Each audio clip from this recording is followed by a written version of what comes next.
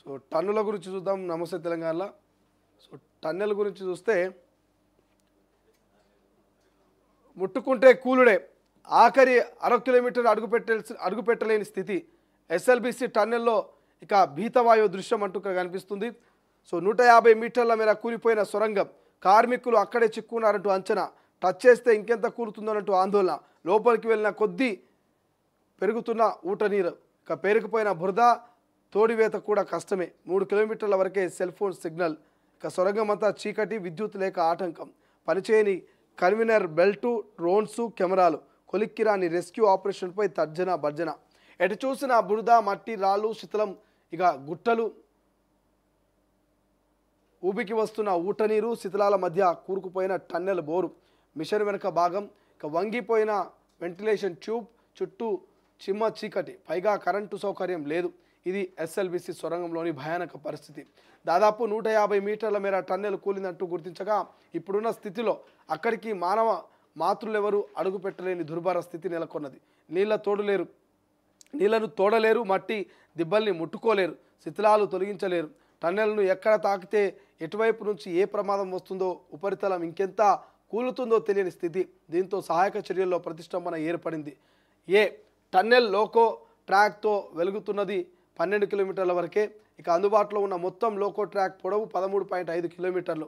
అవక్షేపాలు, శిథిలాలతో నిండిన ప్రాంతం.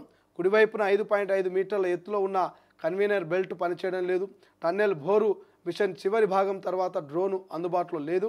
టన్నెల్ లోపల రోబోటిక్ కెమెరాలుగా పనిచేయడం లేదు. ఇక రెస్క్యూ సిబ్బంది చేరుకున్న పాయింట్ దాదాపు 13.790 కిలోమీటర్లు. ఇక 10.7 కిలోమీటర్ల వరకు నీరు లేదు. అనంతరం 10.95 కిలోమీటర్ల వరకు 1.5 అడుగుల ఎత్తు వరకు నీరు చేరాక ఆ తర్వాత 11.3 వరకు నుంచి 2.25 అడుగుల నీటి మట్టం పెరిగింది. రేపు ఎస్ఎల్బిసికి బీఆర్ఎస్ బృందం, ప్రభుత్వానికి చిత్తశుద్ధి ఉంటే అడ్డుకోవద్దు. ఇక ఎన్డీఎస్ఏ ఇప్పుడు ఎందుకు రావడం లేదు, మీడియాతో బీఆర్ఎస్ నేత హరీష్ రావు. సో దీని గురించి మనం క్లియర్గా ఎక్స్ప్లెయిన్ చేసుకోవాలి. ఇక ఇవాళ ఎవరు పోతున్నారట, బీఆర్ఎస్ బృందం పోతుందట.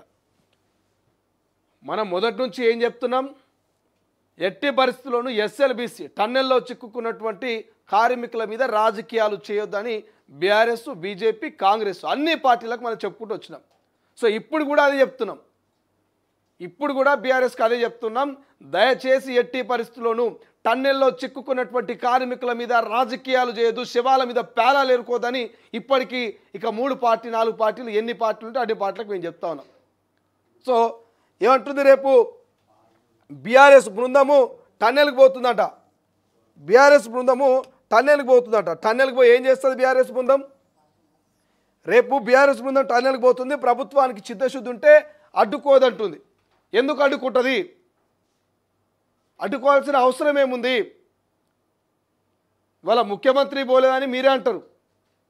తెలంగాణ రాష్ట్ర ముఖ్యమంత్రి టన్నెల్లో 8 మంది చిక్కుంటే 8 మందిని అక్కడ కాపాడడం వదిలేసి ఎమ్మెల్సీ ఎన్నికల్లో పాల్గొంటారని మీరే అంటారు.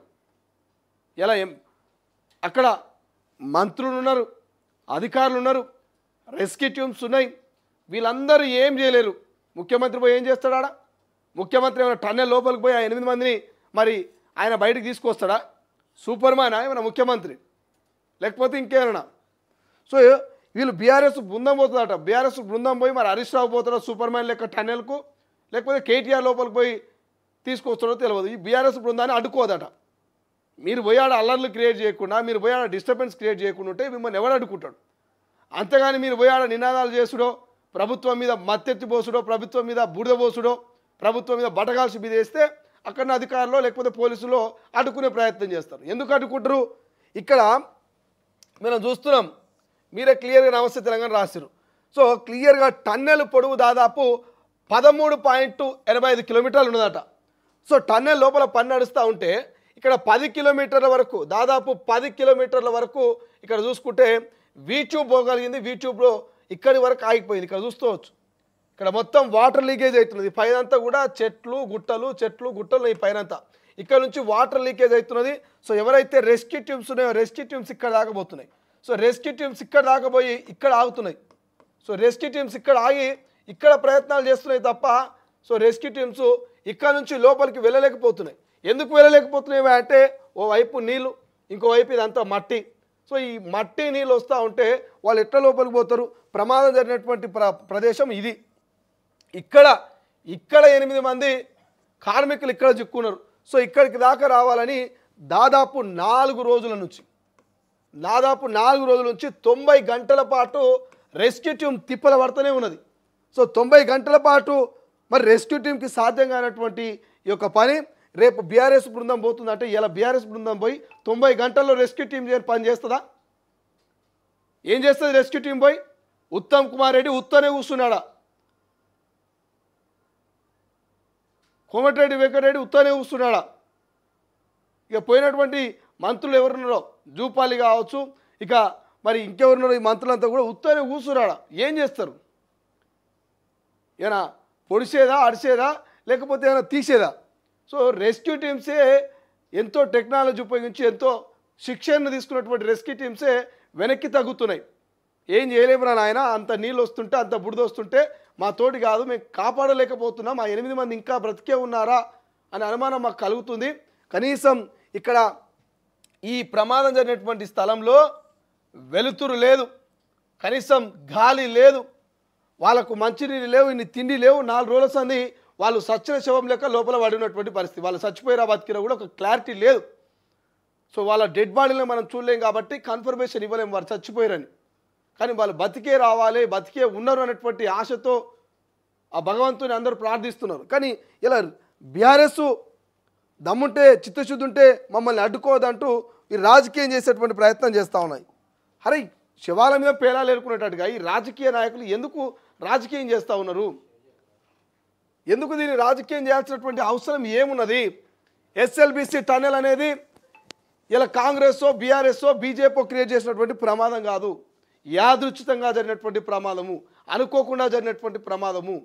సో అనుకోకుండా జరిగినటువంటి ప్రమాదానికి ప్రభుత్వాలు ఏం చేస్తాయి, పాలకులు ఏం చేస్తారు? సో 3-4 రోజుల నుంచి వాళ్ళ ప్రయత్నాలు వాళ్ళు చేస్తూ ఉన్నారు. దాదాపు 4 రోజుల నుంచి దేశంలో ఉన్నటువంటి అన్ని రెస్క్యూ టీమ్స్ వస్తున్నాయి, అన్ని సహాయక బృందాలు వస్తున్నాయి, అక్కడ వాళ్ళంతా కూడా ప్రయత్నాలు చేస్తూ ఉన్నారు. అయినప్పటికీ కాపాడలేకపోతున్నారు. సో కాపాడలేనప్పుడు వాళ్ళు ఏం చేస్తారు? ఇగో టన్నెల్లో లోకో ట్రాక్తో వెళ్ళగలుగుతున్నటువంటి 12 కిలోమీటర్ల వరకేనంట. మొత్తం లోకో ట్రాక్ పొడవు 13 కిలోమీటర్లు. అవక్షేపాలు శిథిలాలతో మొత్తం ఆ ప్రాంతం అంతా నిండిపోయిందంట. సి ప్రాంతం, ఇక్కడ సి ప్రాంతం అవశేషాలతో దాంతో మొత్తం నిండిపోయిందట. సో కుడివైపు 5 మీటర్ల ఎత్తు ఉన్న కన్వీనర్ బెల్ట్ పనిచేయట్లేదట. కుడివైపు ఉన్నటువంటి ఆ బెల్ట్ పనిచేయట్లేదట. ఇక డి ఇచ్చిండు.